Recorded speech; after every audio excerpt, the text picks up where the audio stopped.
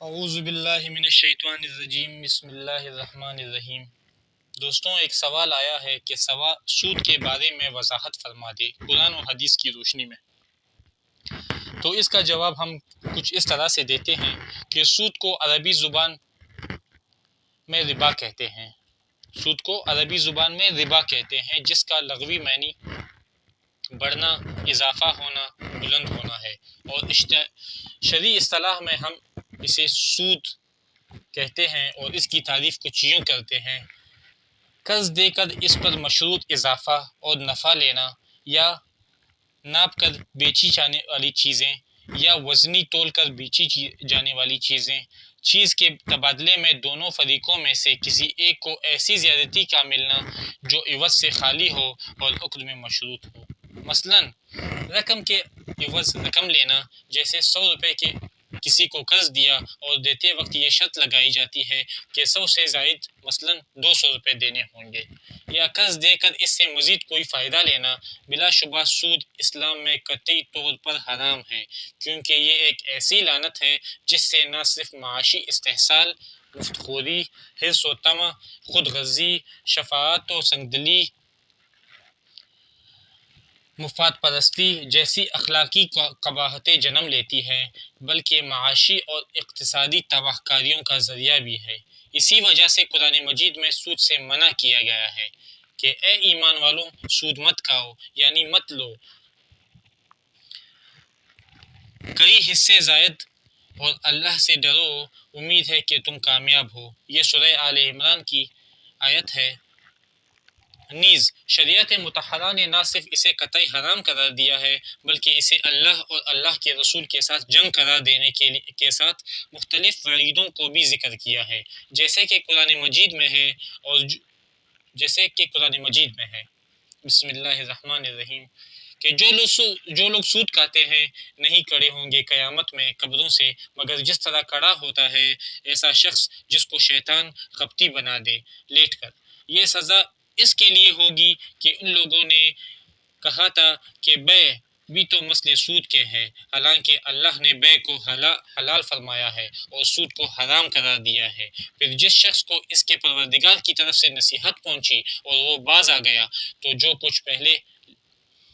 ہو چکا ہے وہ اسی کا ربا اور معاملہ اس کے خدا کے حوالے رہا، اور جو شخص پھر عود کرے تو یہ لوگ دوزخ میں جائیں گے اور وہ ہمیشہ اسی میں رہیں گے۔ سود کی وجہ سے اگرچہ بظاہر مال میں اضافہ ہوتا ہے، لیکن در حقیقت وہ مال میں نقصان ہے، بے برکتی اور ناگہانی آفات کا باعث ہوتا ہے، جیسے کہ قرآن مجید میں ہے: اللہ تعالیٰ سود کو مٹاتے ہیں اور صداقت کو بڑھاتے ہیں، اور اللہ تعالیٰ پسند نہیں کرتے کہ کسی کافر کو، کہ کسی کفر کرنے والے کو، کسی گناہ کے کام کرنے والے کو۔ انہی باطنی نقصانات اور مختلف معاشی تباہ پر مشتمل ہونے کی وجہ سے اللہ نے سود سے بچنے کا حکم دیا ہے۔ قرآن مجید میں ہے: اے ایمان والو، اللہ سے ڈرو اور جو کچھ سود کا بقایا ہے اس کو چھوڑ دو اگر تم ایمان والے ہو۔ اور جو لوگ اس ممانعت کے باوجود بھی سود جیسے کبھی عمل کرتے ہیں تو ان کے اس عمل پر قہر و غضب کے اظہار کے لیے اللہ تعالیٰ نے اس عمل کو اللہ اور ان کے رسول کے ساتھ اعلان جنگ قرار دیا۔ قرآن مجید میں ہے: پھر اگر تم اس پر عمل نہ کرو گے تو اشتہار سن لو جنگ کا اللہ کی طرف سے اور اس کے رسول کی طرف سے، اور اگر تم توبہ کر لو تو تم کو اور تمہارے اصل اموال مل جائیں گے، نہ تم کسی پر ظلم کرنے والے پاؤ گے اور نہ تم پر کوئی ظلم کرنے والا پائے گا۔ آپ صلی اللہ علیہ وسلم نے سود کو ہلاکت خیز عمل قرار دیا ہے، جیسے کہ حدیث شریف میں ہے۔ حضرت ابو ہریرہ رضی اللہ تعالیٰ عنہ نے نبی کریم صلی اللہ علیہ وسلم سے روایت کیا ہے کہ آپ صلی اللہ علیہ وسلم نے فرمایا: 7 ہلاک کرنے والی باتوں سے دور رہو۔ لوگوں نے پوچھا: یا رسول اللہ وہ کون سی باتیں ہیں؟ فرمایا: اللہ کے ساتھ شرک کرنا اور جادو کرنا، اور کسی جان کو ناحق قتل کرنا جس کو اللہ نے حرام کیا ہے، اور سود کھانا اور یتیم کا مال کھانا، اور جہاد سے فرار ہونا، اور پاک دامن بولی بالی مومن عورتوں پر زنا کی تہمت لگانا۔ جس بستی میں سود ہوتا ہے وہ بستی سود کی وجہ سے ہلاک اور برباد ہو جاتی ہے۔ حدیث شریف میں ہے: حضرت عبداللہ بن مسعود رضی اللہ تعالیٰ عنہ سے مروی ہے کہ آپ صلی اللہ علیہ وسلم نے فرمایا جب کسی بستی میں زنا اور سود پھیل جائے اللہ تعالیٰ اس بستی والوں کو ہلاک کرنے کی اجازت دیتا ہے۔ سود سے پاگل پن پھیلتا ہے۔ حدیث شریف میں ہے آپ صلی اللہ علیہ وسلم نے فرمایا جس قوم میں سود پھیلتا ہے اس قوم میں پاگل پن پھیلتا ہے، سود خور سخت عذاب میں مبتلا ہوں گے۔ حدیث شریف میں ہے حضرت ابو ہریرہ رضی اللہ عنہ فرماتے ہیں کہ اللہ کے رسول صلی اللہ علیہ وآلہ وسلم نے فرمایا جس شب مجھے معراج میں سیر کرائی گئی میں ایک جماعت کے پاس سے گزرا جس کے پیٹ کمروں کی مانند تھے، ان میں بہت سے سانپ پیٹوں سے باہر دکھائی دے رہے تھے۔ میں نے کہا جبرائیل علیہ السلام یہ کون لوگ ہیں؟ کہنے لگے کہ یہ سود خور ہیں۔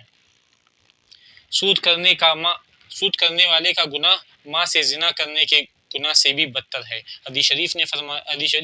میں ہے کہ حضرت ابو ہریرہ رضی اللہ عنہ سے مروی ہے کہ آپ صلی اللہ علیہ وسلم نے فرمایا سود میں 70 گناہ ہے، سب سے ہلکا گناہ ایسا ہے جیسے مرد اپنی ماں سے زنا کرے۔